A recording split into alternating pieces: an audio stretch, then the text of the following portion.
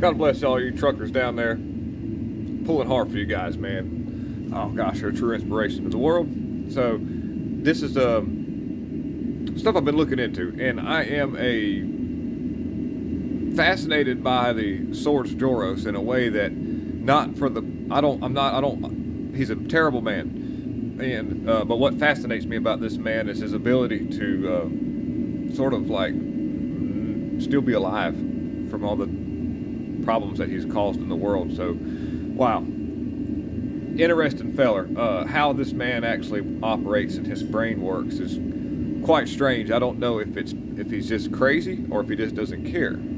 But this man has actually been in several interviews, and they've asked him, why does he do what he does? And this man says, well, if I don't do what I do, somebody will. So he decided that it takes upon himself, knowing the fact that he thinks that society is driven like him, that if he doesn't do what he thinks is right, with crushing economies and invoking tyranny on people as a way for playing pawns in the chess of the world for his own amusement, sort of a sense. This is a very, very fascinating thing. We should learn from these people so that we know how to combat these people in a way that we keep our freedom. Nothing violent, but just, peaceful understanding is what I'm talking about. Anyways, he also was the one that turned in Anne Frank too, by the way. If anybody read the book of Anne Frank, and you know what a beautiful soul she was, and how she was a survivor and just enjoyed life and was just a normal human being that just happened to be caught up in a situation where there was tyranny and division, he was one of the people that turned her in. By the way, he was a Jewish man himself, so defected to the Nazi regime. There's a story on this man, but anyway, so not to go too long, I've read this article right here.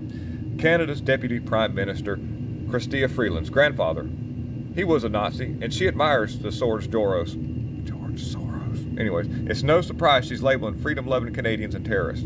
And there is an article that I will link in the video title. So when you click on the title of the video, I call that the description, so that I don't bore you to death, I'll read a little bit about it. But if you want to see who this man is and see who this woman is, I would strongly urge you to take a little bit of time and go through this article. And this is where the pavement meets the road.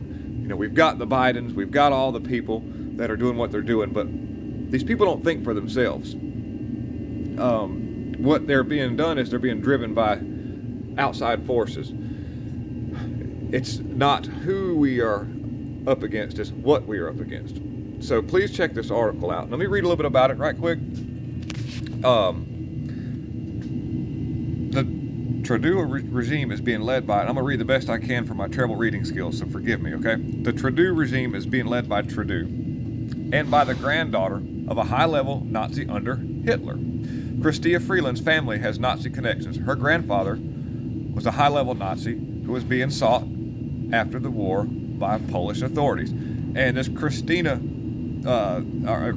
Freeland is a very big key player in a lot of Canadian politics, But anyhow, in this article, it's very, very well written, and it's not super, super long. So if you check it out, it's very informative in probably about 10 paragraphs. But it just explains how Freeland's mother, Helena, who was the daughter of the Nazi Comic, he was pictured with higher-ups Nazis in Poland. Okay, it shows a lot of the family history, a lot of the family trees. Just really, really super awesome article. So I'm going to link it in the descriptions, and I really urge you to learn about this man because this is what's up against. I've got to answer the phone. Thank you so much, everybody. Lots of love, guys in control.